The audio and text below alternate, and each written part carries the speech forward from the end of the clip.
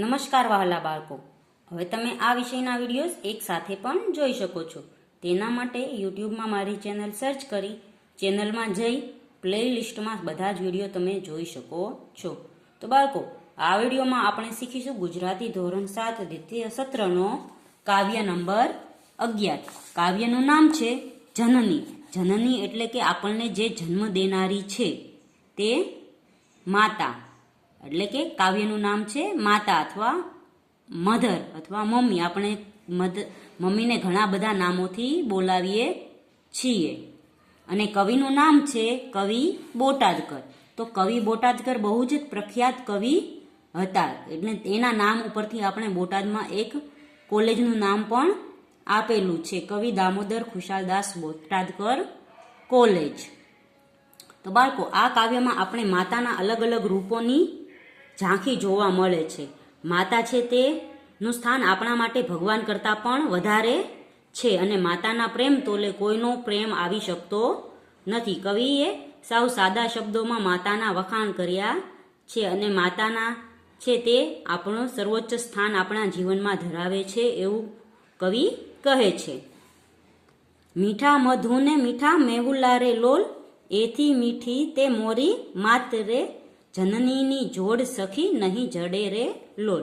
તો આપણે છે મીઠું મધ હોય છે, અને જે વરસાદ છે તે પણ મીઠો લાગે છે ખેડૂતોને, અને આપણા બધાને વરસાદ પણ બહુ ગમે છે, પણ તેની કરતાં પણ વધારે છે મીઠી, એટલે કે વધારે પ્રેમમય છે તે માતા છે. એટલે કે માતાનો બીજો રૂપ આપણને એની જોડ બીજી એકઈ જગ્યાએ મળી શકે નહીં, એટલે કે માતાની તોલે બીજું કોઈ આવી શકે નહીં.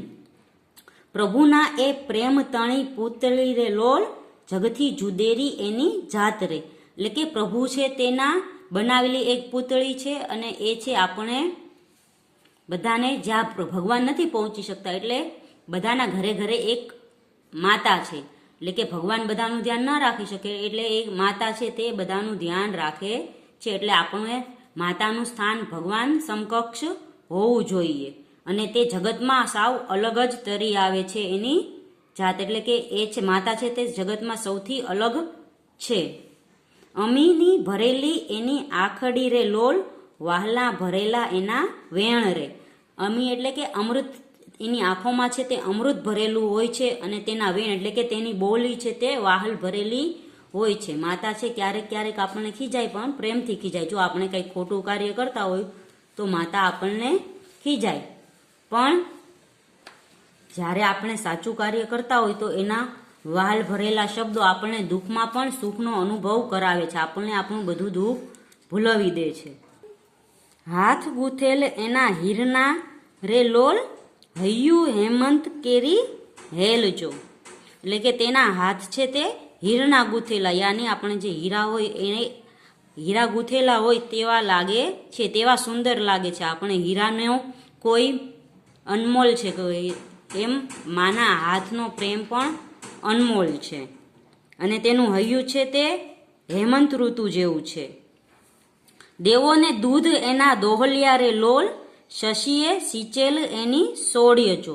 એટલે કે દેવોએ છે તે તેનું દૂધ ન મળે, દોહલિયા એટલે કે બહુ જ અમૂલ્ય છે, જે બહુ જ મૂલ્યવાન છે, ને દેવોને પણ તે મળતું નથી, તે તેના બાળકોને આપે છે. દેવોને પણ દુર્લભ જેવું દૂધ છે તે માતા છે તેના બાળકોને આપે છે.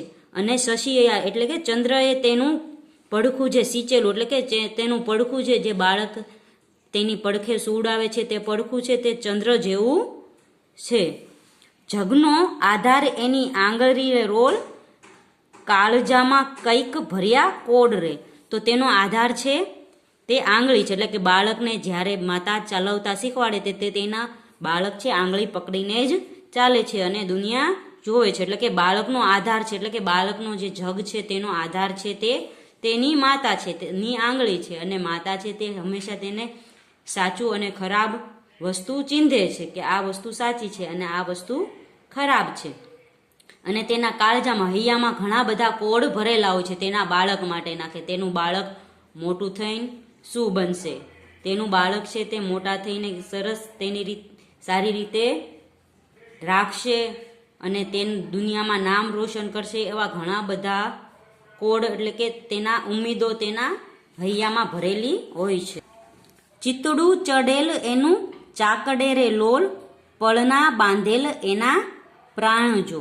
એટલે તેનું ચિતડું છે તે ચાકડે એટલે કે આપણે જે ચાકડો હોય ગોળ ગોળ ફરે તેમ તેનું ચિતડું છે તે તેના બાળકની ઇર્દ ગિર્દ ગોળ ગોળ ફર્યા રાખે છે અને તેના બાળક સાથે તેના પ્રાણ બંધાયેલા હોય તેવું લાગે છે.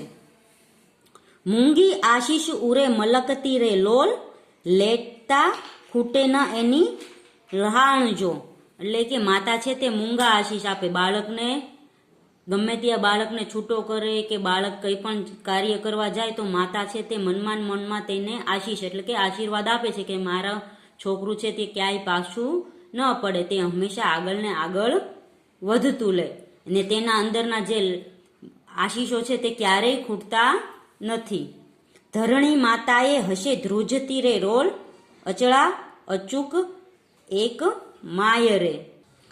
અચળા એટલે કે એક જ જગ્યાએ સ્થિર રહે તેવું. આપણી ધરતી છે તે ગોળ ગોળ ફરે છે પણ માતા છે તે એક જગ્યાએ બાળકની માટે સ્થિર રહે છે. બાળક માટેનો પ્રેમ છે તે કોઈ દિવસ એને અસ્થિર થતો નથી. તેનો પ્રેમ છે તે બાળક ભલે સારું કરે કે ખરાબ કરે, માતાનો પ્રેમ એવો ને એવો રહે છે.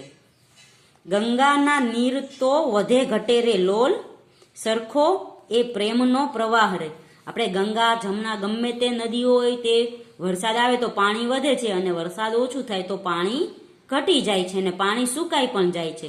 પણ માતાનો પ્રેમ રૂપી જે વરસાદ વહે, માતાનો પ્રેમ રૂપી જે પ્રવાહ છે તે ક્યારેય ઓછો વધારે થતો નથી.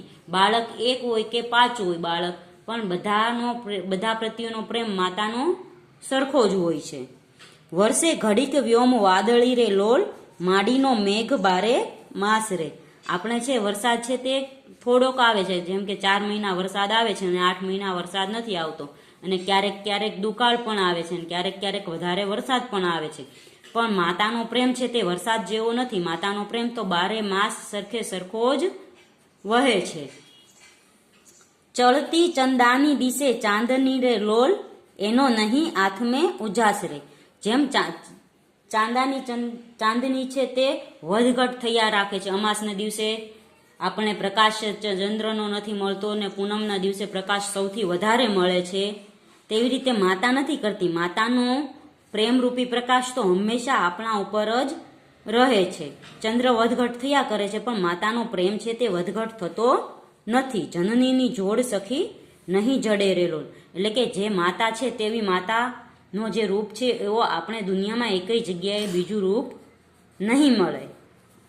રાસ તરંગીણીમાંથી, તો આ કાવ્ય છે તેનો કાવ્ય સંગ્રહ રાસ તરંગીણીમાંથી લેવામાં આવ્યું છે અને આ જનની કાવ્યમાં માતાએ છે તે હંમેશા આપણા માટે સૌથી વધારે મહત્વ ધરાવે છે એવું કવિ બોટાદકર કહે છે. આપણે સુખ હોય દુઃખ હોય માતા હંમેશા આપણી સાથે જ રહે છે. આપણે દુઃખમાં તે આપણને આશ્વાસન આપે છે અને સુખમાં આપણી સાથે ખુશ થાય છે. જો આપણે રડતા હોય તો માતા પણ રડે છે. આપણે કેટલો બધો દૂર રહેતા હોય છતાં માતાને આપણો સુખ દુઃખનો અનુભવ થયા રાખે છે. માતા છે તે આપણે જગથી પણ ચડિયાતી છે. માતાનો પ્રેમ છે તેના પ્રેમ જેવું બીજો એકય પ્રેમ આ દુનિયામાં હોતો નથી. એટલે કે માતૃપ્રેમ છે તે સ્વર્ગના પ્રેમ કરતાં પણ વધારે સારો છે, વધારે ચડિયાતો છે અને માતાની તોલે બીજું કોઈ આવી શકતું નથી. તો બાળકો આપણે છે તે આપણે માતાને આદર સન્માન આપવું જોઈએ. આપણે આપણા માતાનું ધ્યાન રાખવું જોઈએ. તો બાળકો અહીં છે તે કાવ્ય પૂર્ણ થાય છે. આવતા વિડીયોમાં આપણે આ કાવ્યનો અભ્યાસ શીખીશું. ત્યાં સુધી ગુડ બાય, ટેક કેર.